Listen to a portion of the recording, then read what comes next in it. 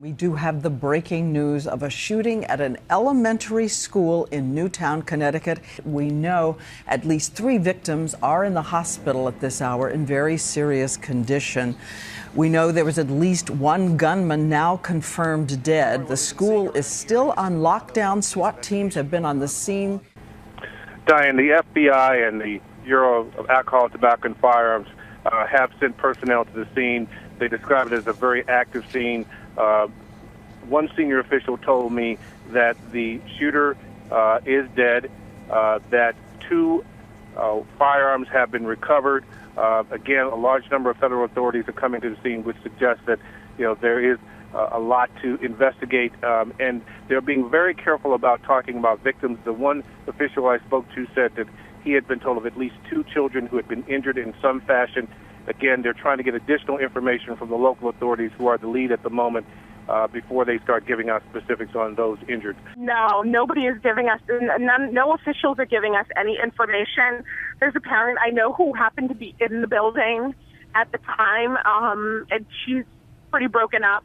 She was in a meeting with the principal and some other people, and they heard shooting. They got up, they went out, and she had stayed in the conference room, and my understanding from her is the principal and other people got shot when they went out into the hallway, and she was the one who called 911. So you talked to the person who called 911? Yes, and she said that there was hundreds of shots, it sounded like. Hundreds of shots? That's what she said. Diane, we're being told by multiple state and federal sources that unfortunately more than a dozen people have been shot and killed at that school, and that number includes children. And again, from state, federal sources, we are being told that more than a dozen shot and killed at the school. Obviously, the parents and the school community will be notified. Hi, good afternoon. I will give you some very basic and brief information as we know it now, and we will set up regular press briefings as appropriate. Just after 9:30 this morning, Newtown Police received a 911 call for an emergency at the elementary school. Newtown PD, upon obtaining information as to the stature of the situation, contacted the Connecticut State Police and requested assistance from state police and surrounding local police departments. On and off-duty troopers responded to the school, and with Newtown Police, immediately upon arrival, entered the school and began a complete active shooter search of the building. That included checking every door, every crack, every crevice, every portion of that school. Our main objective was to evacuate as quickly and efficiently as possible any and all students and faculty in the school. The entire school was searched. That was accomplished. A staging area was set up. The students and staff were put into that staging area, and soon thereafter the children and staff were reunited with their parents and their loved ones. There were several fatalities at the scene, both students and staff. There is no information relative to that that is being released at this time until we've made complete and proper notification. The shooter is deceased inside the building. There's a great deal of work that is undertaken immediately upon locating the shooter, and that is there's a great deal of search warrant activity, there's a great deal of law enforcement activity both in and out of state to ensure that we cover all the bases relative to that specific individual. Suffice it to say, the scene is secure. State Police Major Crime Squad, Newtown Police Department, Danbury State's Attorney, and many agencies are working together to answer all the questions surrounding exactly what happened. It's believed at this hour, and it's been confirmed to ABC News by state police there in Connecticut, that 2 shooters were initially believed involved in the mass shooting. One of those shooters now dead. What's not been confirmed is whether or not that gunman took his own life or whether or not there was something that ensued after authorities began arriving at the scene. And now the big question will be, is there, in fact, that second shooter, and where is that second shooter? There have been searches that have unfolded throughout the afternoon, just teams of authorities coming in holding guns. It's the kind of thing that you typically see in a television drama. We, again, are awaiting, kind of watching along with you, awaiting more information. What we have heard, what the Associated Press, what ABC News and others are reporting is that as many as 27 people were killed inside Sandy Hook Elementary School this morning, and as many as 18 of them are children. And we've heard reports from other news organizations that This person did have a tie to this school. We don't know what that tie might have been. We know he was able to get inside that school with what we understand was a rifle.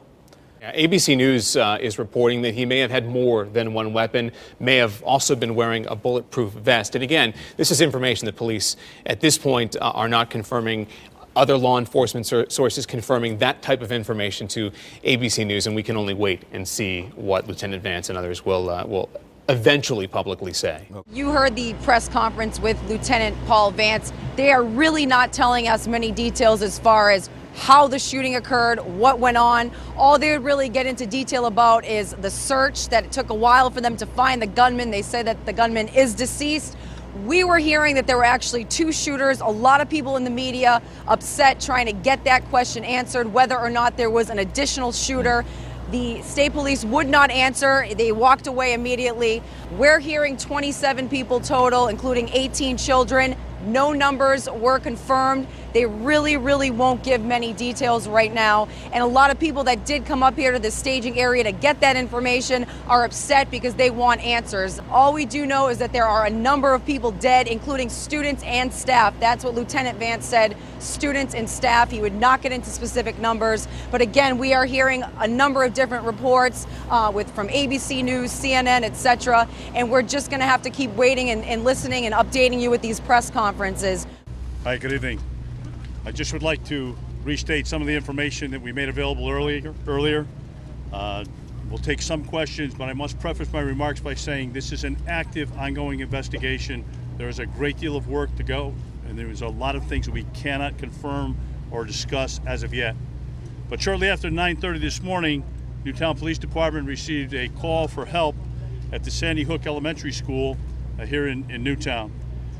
Upon realizing the intensity and the difficulty of the situation, Newtown called for surrounding police departments and state police to respond to assist.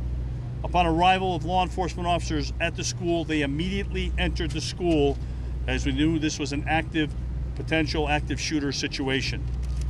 Their focus was to search for students, faculty, and staff and remove them to a safe area outside of the school.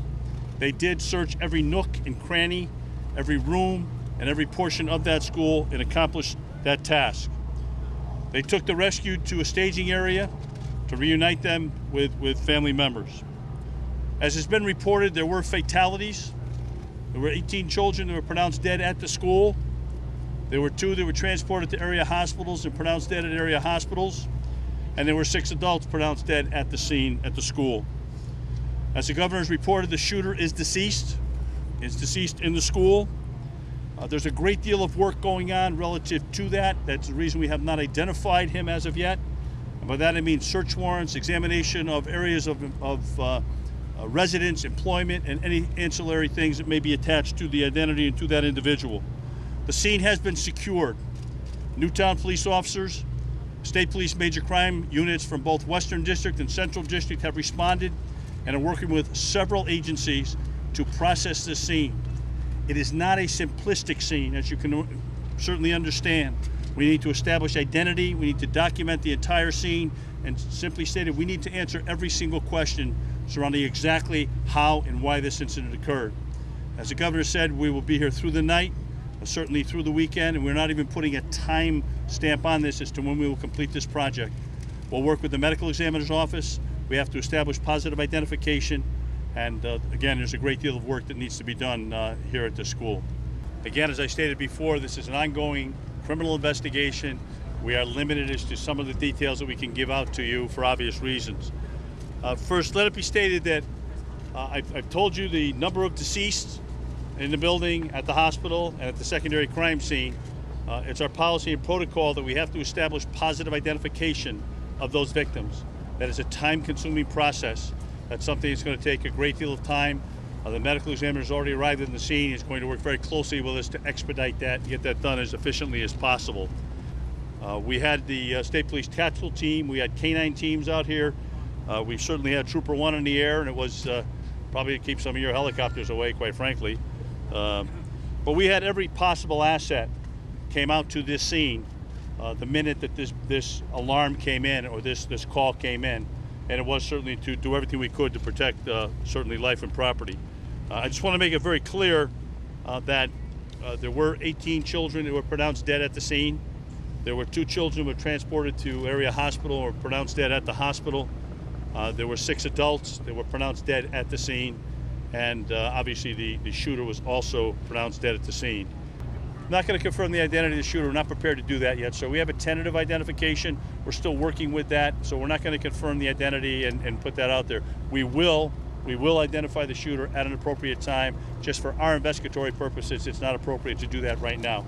Did we identify a weapon? We have seized the weapon. Yes, we have, sir. What kind of weapon? We did not. We will not discuss that at this time, sir.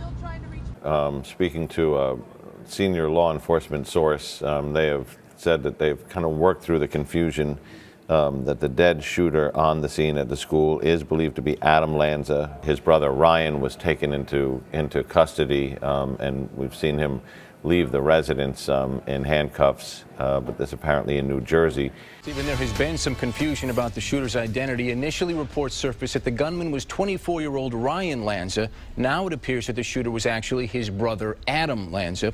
Lanza was 20 years old, originally from New Jersey, but he last lived in Connecticut. 2 pistols were reportedly found on the shooter's body, and a rifle was left in his car. Adam Lanza suffered from obsessive-compulsive disorder and Asperger's syndrome, a disorder characterized by difficulty with social interactions. Ryan Lanza, 24, out of Hoboken, New Jersey, being led away in handcuffs. I imagine this is, as John described, authorities checking out all the family members. It's not clear whether he has any involvement. Is that right? So they've got a lot of questions for this person. They're going to approach that person very deliberately, very carefully. We don't know what transpired when they made the first approach, but this was kind of a come with us, we've got a few questions moment. Now, it could turn out, Nora, that as they work this deeper, they might find out any number of things, including maybe he knew something about it.